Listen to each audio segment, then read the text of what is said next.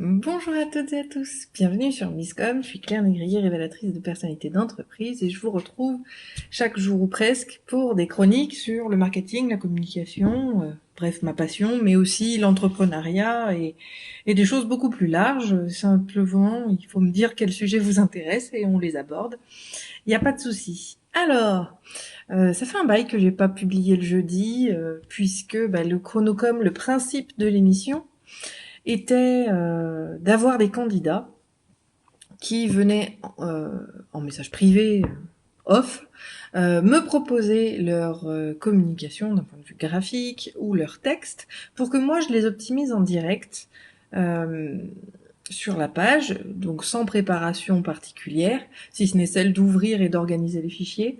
Mais l'idée c'était de le découvrir en direct et de l'optimiser en direct dans un temps record pour vous montrer un petit peu mes capacités, parce que je parle même pas de compétences, pour moi finalement c'est un don de pouvoir voir exactement là où il faut aller retoucher, etc. Bref, ce concept-là que j'adore, qui est toujours valable, donc n'hésitez pas si vous avez des besoins, des envies, c'est gratuit, c'est cadeau, c'est vraiment voilà, l'idée c'est qu'on travaille ensemble, moi ça me permet de montrer mon travail et vous ça vous permet d'avoir justement cette fameuse optimisation.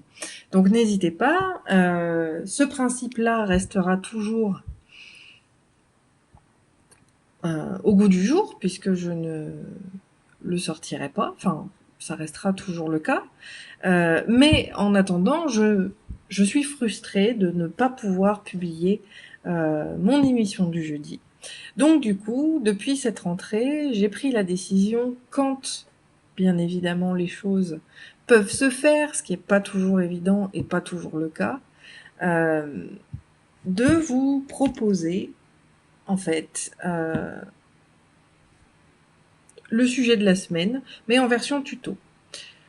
Alors qu'est-ce que ça veut dire? Eh bien simplement, je vais vous montrer comment moi je gère le sujet, par exemple. Donc pour parler en pratique, cette semaine nous parlons de l'image de marque. Nous avons vu donc la stratégie, l'importance, etc. lundi. Mardi, je vous ai proposé un outil qui vous permettait de le gérer. Et aujourd'hui, je vais vous présenter ce que je crée comme pense pas. Moi, j'appelle ça des penses pas bêtes, parce que c'est loin d'être des penses bêtes, justement, même si le vrai terme, c'est celui-ci. Euh, D'avoir, justement, qu'est-ce que je vais garder, qu'est-ce que moi je mets en avant, qu'est-ce que je crée pour mes clients, de manière à ce qu'ils puissent garder cette fameuse cohérence et avoir les infos de manière pratico-pratique, très rapidement. Parce que c'est toujours cette problématique-là qui prévaut sur tout le reste. On a besoin d'être efficace, on a besoin de voir les choses sous la main assez rapidement. Du coup, je trouve quand même que, au-delà de l'outil, par exemple, que je vous ai présenté mardi, il sera beaucoup plus simple d'avoir cette petite fiche récapitulative qu'on va faire ensemble pour l'une de mes clientes actuellement. Bon, honnêtement, je l'ai créée hier. Mais comme ça me permet moi de passer plus de temps dans les explications du pourquoi, du comment pendant le live, plutôt que de créer et d'aller chercher les éléments à intégrer sur mon papier. Alors petit rappel pour vous. Qu'est-ce que je voulais dire? Excusez-moi, j'ai été perturbée par un message qui vient d'arriver.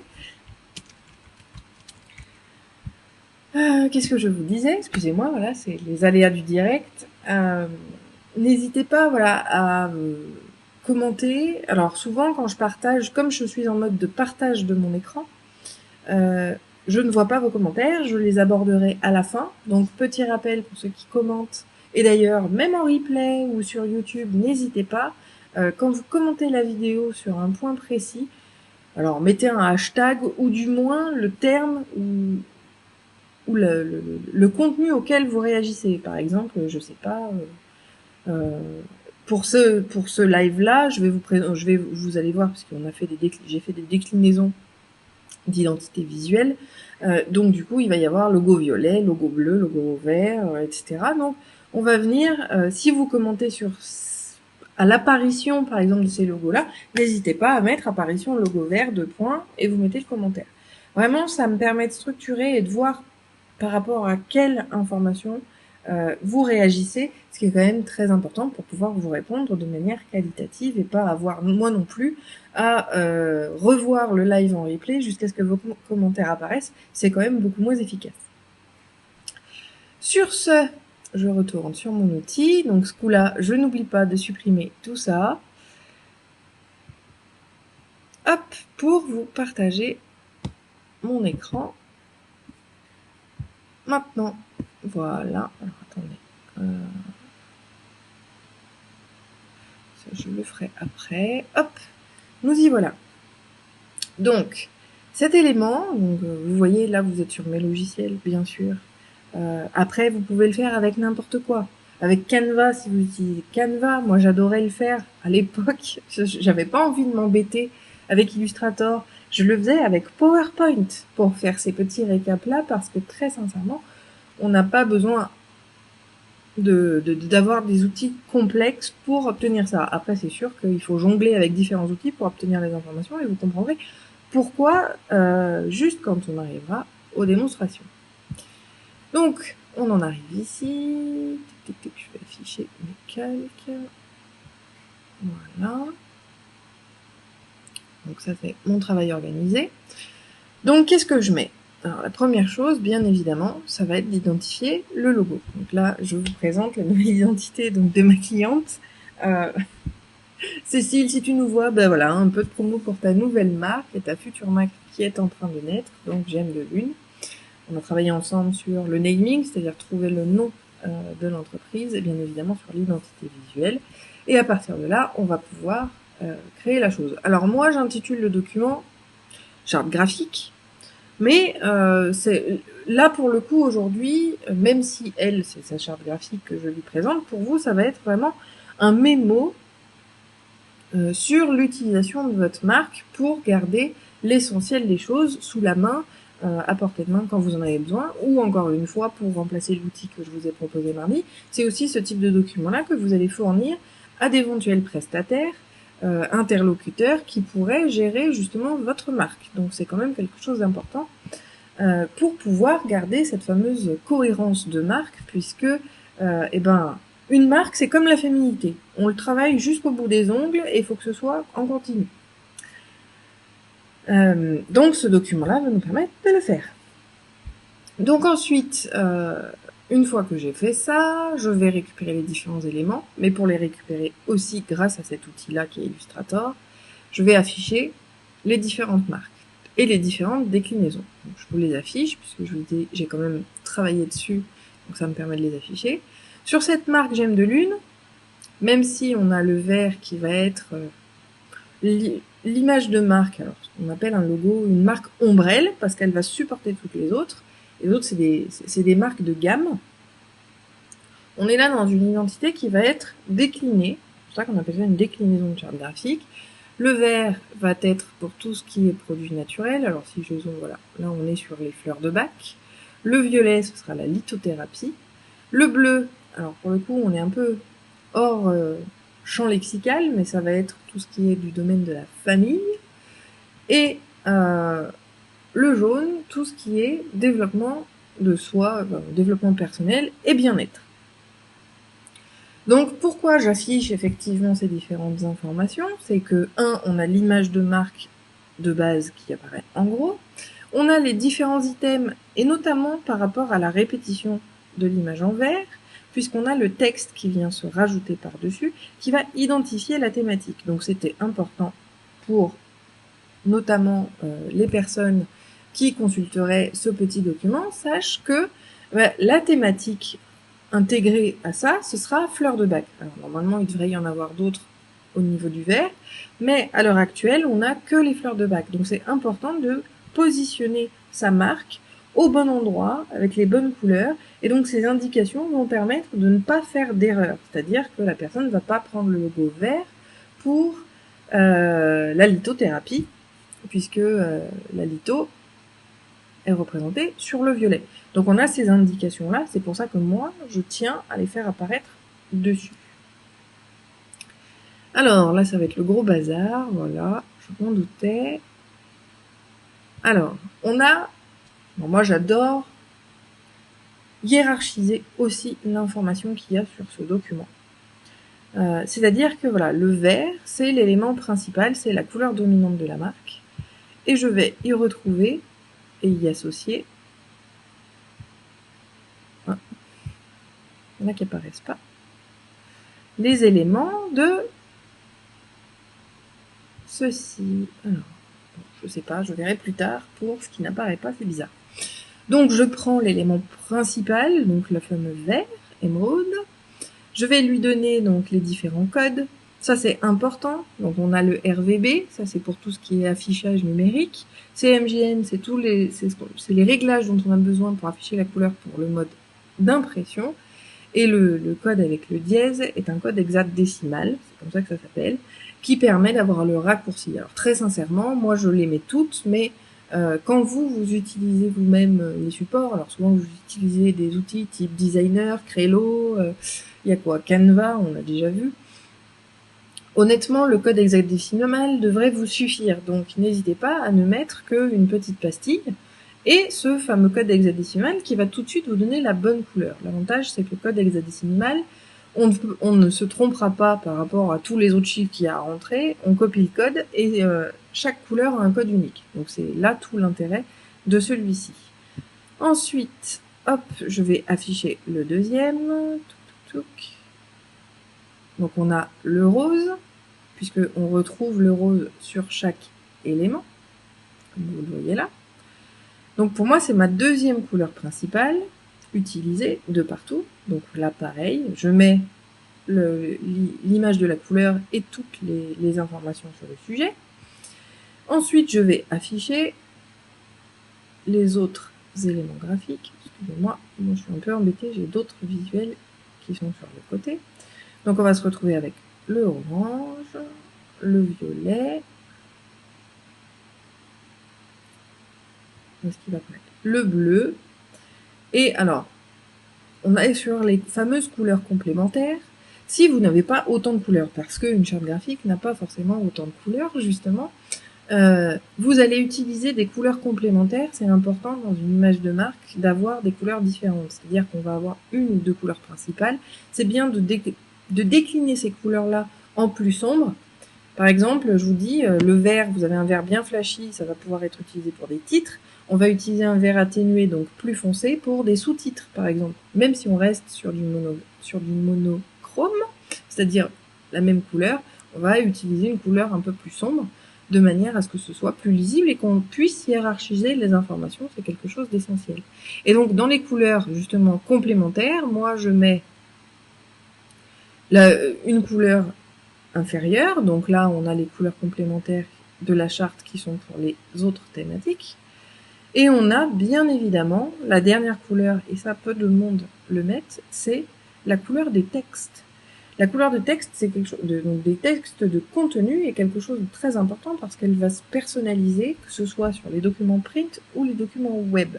Et on n'est pas forcément sur du noir. Et si on ne la met pas, si on ne l'intègre pas, bien évidemment, on peut rapidement justement avoir des erreurs et devoir faire beaucoup plus d'allers-retours, etc. Donc pour moi, c'est une importance capitale de l'afficher. Et ensuite, la dernière partie, ça va être voilà, les différentes typographies avec les règles. Là, j'ai vraiment fait au plus simple par rapport à ma cliente et par rapport à ses besoins. Je crée des chartes graphiques et donc des documents qui sont beaucoup plus importants, avec notamment la zone de sécurité, celle dont je vous ai déjà parlé lundi, qui va dire, eh ben voilà, autour du logo sur 1 cm, par exemple. Alors moi, j'aime bien prendre souvent des références un peu plus importantes. Donc par exemple, moi, je prendrais la hauteur du G que je mettrais autour, donc en hauteur et en largeur, pour garder quelque chose de structuré. Parce que, ben, je ne fais que souvent le répéter, on est très facilement, enfin, la création graphique, il y a des mathématiques dedans, c'est pas uniquement du joli, il y a vraiment beaucoup de travail derrière, et pour avoir quelque chose vraiment de très structuré et de professionnel, moi je suis toujours en train de faire mes petites mesures et mes petites mathématiques pour justement obtenir les résultats optimum pour mes clients. Donc par exemple, la zone de sécurité pourrait faire l'office d'une autre page dans laquelle je vais écrire, ben voilà, on va prendre la taille du G, mais sur la hauteur parce qu'il est plus haut que large, et au minimum en contour autour du logo, sinon ce sera pas bon. On va pouvoir aussi, pourquoi pas, décliner en disant, ben voilà, on va garder le vert pour les titres principaux. On va utiliser donc le gris pour les titres, pour le contenu. On va bien évidemment personnaliser à chaque fois la couleur en fonction du thème. C'est-à-dire que là, justement, on part sur la création du site internet de Gemmes de Lune. Donc, forcément, tout ce qui va être du domaine général, ça va être vert. Le domaine des fleurs de bac va être vert aussi. Donc, les grands titres vont forcément reprendre cette couleur de vert. Par contre, tout ce qui va être du bien-être va avoir le logo jaune affiché, et forcément les titres vont apparaître dans ce jaune-là. Donc c'est pour ça que dans l'utilisation, et ainsi de suite, lithothérapie, j'utiliserai ce violet-là, et tout ce qui va être en rapport avec la famille utilisera ce bleu-là. Donc ça veut dire que je vais personnaliser mon titre, qui ici est en bleu, je vais l'utiliser en rose, pardon, je vais l'utiliser en bleu quand je vais parler de la famille, je vais utiliser le orange quand je vais parler du bien-être, etc., etc. Et encore une fois, ces couleurs-là ont été étudiées d'un terme de visibilité. Alors, je vais zoomer pour vous montrer ce que je veux dire. C'est que finalement, sur le blanc, voilà, quand on utilise bien-être, on a une couleur qui ressort quand même par rapport au reste. Et on pourrait, par exemple, pour les sous-titres, comme le rose est visuel, mais quand même a une... alors, le mot qui me vient, c'est intonation, mais c'est pas intonation, ça c'est pour la voix, a un ton, je dirais, de couleur qui est inférieur aux autres, d'accord, il est moins puissant. On pourrait garder le rose comme trame partout pour les sous-titres, par exemple, et on va pouvoir justement venir le compléter ici. Donc, par exemple, titre personnalisé en fonction du sujet, donc violet, bleu, vert ou jaune, sous-titre, toujours utiliser le rose, et donc contenu, on va mettre le gris. Sur un autre... Donc, je vous ai déjà parlé d'Adeline, mais je vais vous la montrer quand même. Hop. Sur un autre sujet, voilà, par exemple, là, sur la carte de visite, je vais reprendre les éléments de la carte de visite pour... Et ben voilà, tout ce qui va être du sujet de back-office va être représenté par ce picto. Donc, les pictos deviennent des identités à part entière. Donc, on va pouvoir les noter. On va utiliser ça. Donc, je vais mettre le picto de Viplecture, c'est celui-ci. Le picto de la gestion administrative, c'est le clavier. Le suivi de dossier, c'est un dossier. Le back-office, c'est beaucoup plus simple.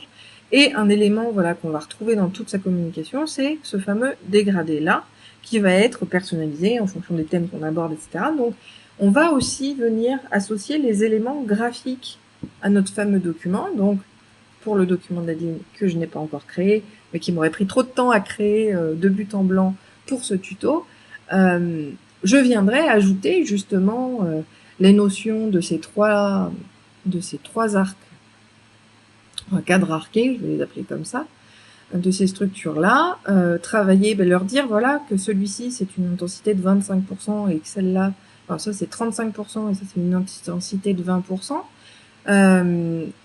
Cet élément-là, on va le retrouver aussi en blanc pour les réseaux sociaux, on va le retrouver en jaune sur différentes thématiques. Donc là encore, je vais pouvoir le notifier dans l'élément de la charte graphique. Mais pour moi, c'est pas forcément le plus parlant, puisque aujourd'hui, on est vraiment sur l'idée d'un mémo pratico-pratique qui va vous servir tous les jours. Donc en gros, c'est ce qui va être scotché à côté de votre ordinateur ou un post-it. Alors, moi, c'est pas post-it, c'est des notes ou des mémos qu'on peut créer sur l'ordinateur, qui sont accessibles très facilement, notamment par des raccourcis clavier, sur lesquels on va pouvoir justement aller chercher les infos pour les avoir tout de suite en main. Je sais pas, moi, vous créez vos visuels réseaux sociaux sur Canva, vous avez besoin du code couleur vert, j'ouvre mon mémo, je copie-colle le petit code qui est là, et hop, je suis opérationnel tout de suite. L'idée, c'est vraiment d'avoir quelque chose de très pratico-pratique, qui va vraiment vous redonner tous ces éléments-là. Et encore une fois, ça peut vous servir à vous-même ou à vos interlocuteurs qui pourraient utiliser votre marque et gérer les éléments de votre marque. On va pouvoir aussi rajouter, pourquoi pas, sur ces mémos-là, moi c'est ce que j'ai l'habitude de faire, différentes explications sur l'utilisation des images. Alors là, j'en ai pas, donc je pourrais pas vous faire de démonstration.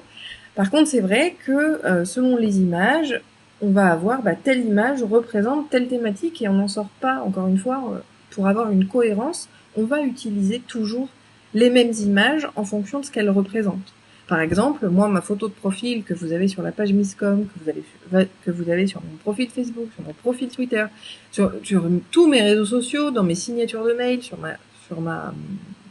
mon site web, on a toujours la même photo et c'est fait exprès pour pouvoir être identifiable très très rapidement. Donc, et c'est exactement ce qu'on veut là aussi avec les éléments graphiques de la marque, c'est de pouvoir les retrouver tout de suite. Donc si on a des images, des photos qui vont représenter des thématiques en particulier, on va les noter comme éléments prépondérants à sa marque qui vont être toujours utilisés pour représenter telle thématique, tel produit, tel thème, etc. On va garder ces éléments graphiques-là, et comme une charte graphique, la charte graphique, elle va évoluer en fonction de la vie de l'entreprise, puisqu'on va forcément créer des choses au fur et à mesure, donc on vient la compléter, et ce mémo-là va pouvoir, ne va pas déroger à cette règle-là.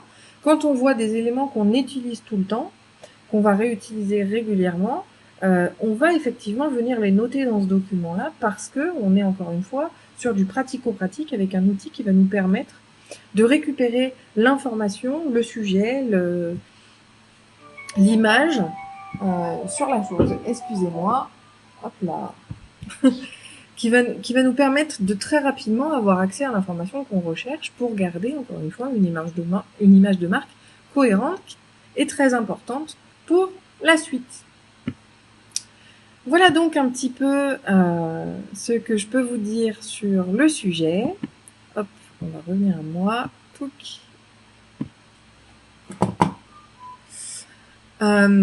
J'espère que ça vous aura un petit peu aidé. L'idée, c'est vraiment de vous apporter le côté pratico-pratique pour pouvoir gérer votre marque parce que, encore une fois, quelque chose de très important, c'est vraiment d'avoir de la cohérence et de la constance pour que votre image puisse passer. Si on fait trop de choses différentes, si on met jamais le logo au même endroit sur les publications, par exemple, pour rester sur Facebook, puisque c'est là où nous sommes, on ne vous verra pas.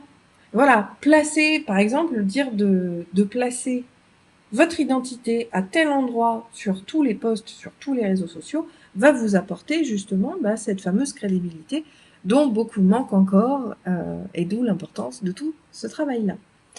Alors, je vais regarder si j'ai des commentaires. Où c'est? Je ne les vois plus. Non, c'est pas là. Comments and reactions, voilà. Ah, voilà. Bonjour Christelle, bonjour Cécile, bonjour Fanny. J'espère que du coup le sujet vous aura donné envie quand même de créer ces petits outils pratico-pratiques qui vont vous permettre de gérer votre marque. Alors, concrètement, moi, comment je fais? Moi, je suis avec un Mac, et l'avantage du Mac, c'est qu'on a des raccourcis de recherche. Donc, moi, j'appuie sur commande espace, je mets charte NCN, puisque c'est le nom de mon fichier. Là, le fichier qu'on a vu, c'est charte graphique Cécile. Donc, Cécile pourrait taper charte graphique. Elle aura directement l'info qui va s'afficher, et on peut directement dans la barre recherche cliquer sur le document à l'intérieur même sans qu'il s'ouvre, sans qu'on ait besoin de l'ouvrir, pour aller sélectionner son texte, le copier, pour le coller et l'utiliser dans les différentes communications qu'on va avoir. Alors bien évidemment, moi je vous ai parlé de mémo, comme vous l'avez vu, moi je l'appelle aussi charte graphique, mais la charte graphique va elle justement avoir beaucoup plus d'éléments à l'intérieur. C'est aussi pour ça que l'outil que je vous ai présenté mardi est beaucoup plus important, puisqu'on va pouvoir répertorier toutes les images qui vont être prépondérantes à votre marque sur les sujets abordés. Vous allez pouvoir positionner toutes les couleurs, tous les éléments graphiques, que ce soit les pictos, la base comme j'ai pu vous montrer sur la carte d'Adeline, une base colorée. On va pouvoir y associer toutes les différentes typos, toutes les utilisations, les H1, les H2, les H3. On va pouvoir vraiment aller tout spécifier et tout montrer. Ah si, petit détail aussi très important, mais là c'est ma pratique à moi. Donc si vous travaillez avec des graphistes, n'hésitez pas aussi à leur poser la question. Comme on a pu le voir par exemple sur le logo de Cécile, la typo qui est Gilliane, je crois, n'est pas une typo qui est reprise pour Internet. Donc la problématique du graphiste, à mon sens, et là c'est là où aussi on voit qu'on est professionnel jusqu'au bout des doigts ou pas, ça va être de trouver des typos qui vont être approchantes pour ne pas perdre en qualité perçue et pour garder justement cette fameuse cohérence graphique, mais trouver des typographies de remplacement pour pouvoir les utiliser sur le web, parce que les outils que vous utilisez, que ce soit sur votre site internet, quel que soit le CMS, même si moi je travaille uniquement avec WordPress, il y en a beaucoup d'autres qui existent, mais c'est de trouver justement une Google Font, vu qu'aujourd'hui tout le monde intègre à peu près les Google Fonts, ça va être de trouver une Google Font qui va être approchée, qui va s'approcher au plus près de la typo utilisée pour votre identité, que ce soit donc la typo grand titre et la typo du corps du texte, puisque je vois Cécile, on a Avenir Next en texte, je crois pas que ce soit une Google Font. Donc moi, je vais faire ce travail-là de lui donner quelle typo elle va pouvoir utiliser sur le net, puisque Avenir Next n'est pas forcément une typo utilisée à cet égard. Donc ça va être de trouver justement les remplacements là où on va en avoir besoin. Ça fait aussi partie de ce mémo et je pense que c'est très très important de le garder. Donc pour une bonne image de marque, on reste super carré. Encore une fois, c'est quelque chose d'essentiel. J'espère que vous en aurez pris conscience tout au long de cette semaine. Moi, j'ai fini pour aujourd'hui parce que je vais pas faire de redite avec tout le petit live.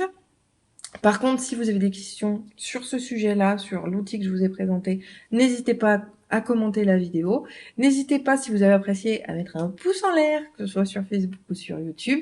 Et si vous n'êtes pas encore abonné, abonnez-vous à la page ou à la chaîne. Je serai ravie de pouvoir vous retrouver et d'être notifié si vous sélectionnez d'avoir les notifications. On se retrouve demain pour le Claire Part en live. Alors pour le coup, le Claire Part en live, c'est uniquement sur Facebook et c'est un live en général bien freestyle où on se retrouve pour que je réponde en direct et sans langue de bois à toutes vos questions. Donc je vous donne rendez-vous demain à 11h. J'espère que vous serez au rendez-vous, sinon je lancerai une thématique encore comme d'habitude pour démarrer. En tout cas, je vous retrouve demain. Je vous souhaite une excellente journée, un très bon appétit et je vous dis à demain. Ciao!